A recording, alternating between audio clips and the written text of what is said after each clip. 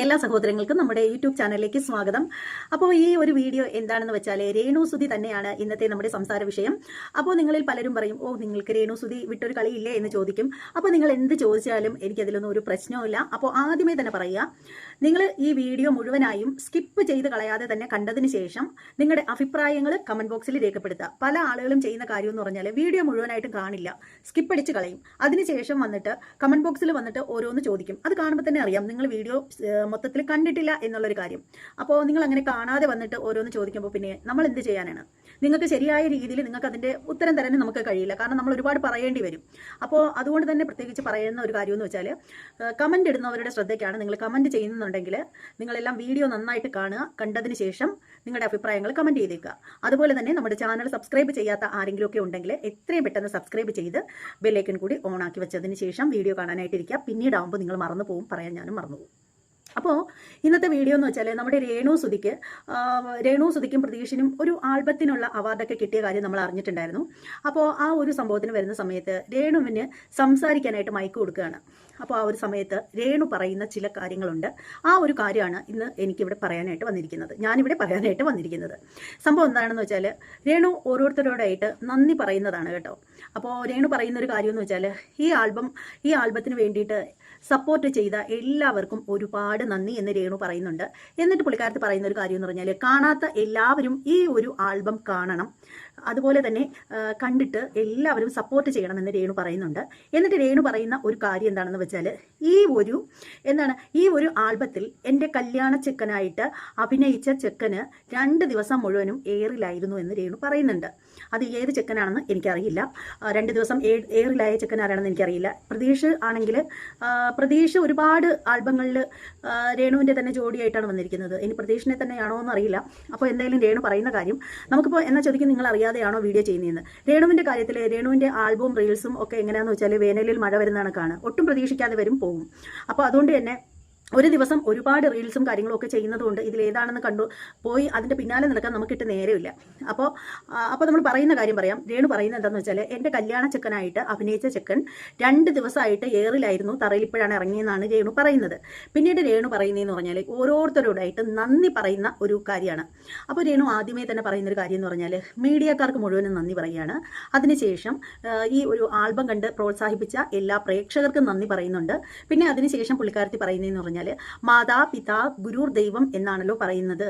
അപ്പോൾ പുള്ളിക്കാരത്തി മാതാപിതാ ഗുരുർ ദൈവം എന്ന് പറയുന്നുണ്ട്. അതായത് അവർക്ക് വേണ്ടി സപ്പോർട്ട് ചെയ്ത മാതാപിതാക്കന്മാർക്കും ഗുരുക്കന്മാർക്കും എല്ലാവർക്കും നന്ദിയാണ് പുള്ളിക്കാരത്തി പറയുന്നത്. അതിനുശേഷം രേണു പറഞ്ഞൊരു വാക്കുണ്ട് ഏറ്റവും അവസാനമായിട്ട്. ആ ഒരു വാക്കാണ് ഞാൻ ഇവിടെ റിയാക്ട് ചെയ്യാനായിട്ട് ഈ ഒരു വീഡിയോ എടുത്തതിൻ്റെ പിന്നിലുള്ള ഒരു കാര്യം എന്ന് വെച്ചാൽ, കാരണം പുള്ളിക്കാരത്തി പറഞ്ഞ ആ ഒരു വാക്ക് എന്തുകൊണ്ടാണ് അങ്ങനെ പറഞ്ഞതെന്ന് എനിക്ക് മനസ്സിലായിട്ടില്ല. ഇനി അത് മനസ്സിലായ ആരെങ്കിലും ഒക്കെ ഉണ്ടെങ്കിൽ നിങ്ങളൊന്ന് കമൻറ്റ് ചെയ്തേക്കണം. എനിക്ക് മനസ്സിലാവാത്തതുകൊണ്ടാണ് പറയുന്നത്. ലാസ്റ്റ് പുള്ളിക്കാരത്തി പറഞ്ഞ എന്താണെന്ന് വെച്ചാൽ, അതുപോലെ തന്നെ എന്നിൽ നിന്നും ഒരുപാട് ദൂരെ മാറിപ്പോയ, പിന്നെ എല്ലാവർക്കും നന്ദി പറയുന്ന കൂട്ടത്തിലാട്ടോ പറയുന്നത്, അതുപോലെ തന്നെ എന്നിൽ നിന്നും ഒരുപാട് ദൂരെ മാറിപ്പോയ എൻ്റെ സുധിച്ചേട്ടന് ഒരുപാട് നന്ദി എന്ന് പറയുന്നുണ്ട്. എന്താ അങ്ങനെ പറഞ്ഞതെന്ന് എനിക്ക് മനസ്സിലാവുന്നില്ല. ഇനി സത്യമായും നിങ്ങളത് ആ ഒരു വീഡിയോ ക്ലിപ്പ് ഞാനിവിടെ കൊടുക്കും. അത് നിങ്ങൾ വളരെ വ്യക്തമായിട്ട് കേൾക്കണം. അത് കുറച്ച് മുഴക്കം പോലെയുണ്ട് ആ ഒരു വീഡിയോ. അപ്പോൾ അതിൻ്റെ വോയിസ് അത്ര ക്ലിയർ അല്ല. അതുകൊണ്ട് തന്നെ നിങ്ങൾ ശ്രദ്ധിക്കണം. ഏറ്റവും ലാസ്റ്റ് പറയുന്ന ഒരു സാധനം എന്ന് വെച്ചാൽ, അതുപോലെ തന്നെ എന്നിൽ നിന്നും ഒരുപാട് ദൂരം മാറിപ്പോയ എൻ്റെ സുധിച്ചേട്ടന് ഒരുപാട് നന്ദി എന്ന്. എന്താടേ പറയുന്നത്? ഒരുപാട് ദൂരം മാറിപ്പോയ സുധിച്ചേട്ടന് നന്ദി എന്ന് വെച്ചാൽ, സുധിച്ചേട്ടൻ ദൂരം മാറിപ്പോയതിൽ രേണു നന്ദി പറയുകയാണോ സുധിച്ചേട്ടനോട് ചെയ്യേണ്ടത്? എന്താണ് രേണു ഇതുകൊണ്ട് ഉദ്ദേശിച്ചതെന്ന് എനിക്ക് മനസ്സിലായില്ല. ഞാനും ശരിക്കും ആശയക്കുഴപ്പത്തിലായി ഇത് കേട്ട് കഴിഞ്ഞപ്പോഴത്തേക്ക്. ശരിക്കും സുധി മരണപ്പെട്ട അല്ലെങ്കിൽ എന്നിൽ നിന്നും അകന്നു പോയതിലാണോ നന്ദി പറയുന്നത്? എൻ്റെ സുധിച്ചേട്ടന് നന്ദി എന്ന് പറയുമ്പോൾ അദ്ദേഹം നിലവിൽ ഇവരുടെ കൂടെ ഇല്ലല്ലോ. ഇവർക്ക് എന്തെങ്കിലും സപ്പോർട്ട് ഈ ഒരു കാര്യത്തിന് വേണ്ടി ചെയ്യുന്നവർക്കല്ലേ ഇവർ നന്ദി പറയേണ്ടത്. മരണപ്പെട്ട് ദൂരെ പോയ സുധിയെ വിളിച്ചിട്ട് എൻ്റെ സുധിച്ചേട്ടൻ എന്നിൽ നിന്നും ഒരുപാട് ദൂരെ മാറിപ്പോയ സുധിച്ചേട്ടന് നന്ദി എന്ന് പറയുമ്പോൾ അതെന്താണ് അതിൻ്റെ അർത്ഥം? സുധി രേണുവിനെ വിട്ട് മാറിപ്പോയതുകൊണ്ടാണ് രേണുവിന് ഇതുപോലെയുള്ള ആൽബങ്ങളിലും കാര്യങ്ങളിലും ഒക്കെ അഭിനയിക്കാൻ പറ്റിയത്. അതുകൊണ്ടാണോ നന്ദി പറഞ്ഞത്? മനസ്സിലാവുന്നില്ല. അതിൻ്റെ അർത്ഥം എന്താണെന്ന് രേണു തന്നെ വിശദീകരിച്ചാലേ മനസ്സിലാവൂ. എനിക്കത് എത്ര ചിന്തിച്ചിട്ട് മനസ്സിലാവുന്നില്ല. ശരിക്കും എന്താണ് ജപ അങ്ങനെ തന്നെയാണ് എനിക്ക് തോന്നുന്നത്. കാരണം ഒന്നും മനസ്സിലാവുന്നില്ല, ഒന്നും ആ ഒരു വിഷയത്തിൽ വ്യക്തമാവുന്നില്ല. സുധിച്ചേട്ടൻ എന്നെ വിട്ടുപോയ സുധിച്ചേട്ടന് നന്ദി പറയുമ്പോൾ സുധി മരണപ്പെട്ടതിലാണോ നന്ദി പറയുന്നത്? സുധി കൂടെ ഉണ്ടായിട്ട് സപ്പോർട്ട് ചെയ്യുന്നെങ്കിൽ ശരിയാണ്, അതിന് നന്ദി പറയണം. ഇപ്പോൾ കിച്ചുവിനെ നന്ദി പറയുകയാണെങ്കിൽ അതിന് കേൾക്കാൻ കൊള്ളാം. മകനെ എനിക്ക് എല്ലാത്തിനും സപ്പോർട്ട് ചെയ്യുന്ന എൻ്റെ മകന് ഒരുപാട് താങ്ക്സ് എന്ന് പറയുകയാണെങ്കിൽ അത് ഓക്കെ. ഇതങ്ങനെയല്ല. എന്നിൽ നിന്നും ഒരുപാട് ദൂരെ പോയ എൻ്റെ സുധിച്ചേട്ടന് നന്ദി എന്ന് പറയുമ്പോൾ എന്താണ് എന്തായാലും അതേക്കുറിച്ചിട്ട് ഞാൻ ഇനി കൂടുതൽ പറയുന്നില്ല. അതെന്തുകൊണ്ടാണെന്നുള്ള കാര്യം നിങ്ങൾ തന്നെ പറയുക. ഓക്കെ, അത് നിങ്ങൾ തന്നെ പറയുക. അതെന്താണ് രേണു എന്താണ് ഉദ്ദേശിച്ചതെന്ന് നിങ്ങൾക്ക് ആർക്കെങ്കിലും എന്തെങ്കിലും ഒരു ഐഡിയ ഉണ്ടെങ്കിൽ നിങ്ങൾ തന്നെ കമൻറ്റ് ചെയ്തേക്കുക. അപ്പോൾ നമുക്ക് ആ ഒരു വീഡിയോ കാണാം കേട്ടോ. വളരെ മനോഹരമായുള്ള ഒരു അനുഭവമാണ്. എല്ലാവരും സപ്പോർട്ട് ചെയ്തതിന് ഒരുപാട് നന്ദി.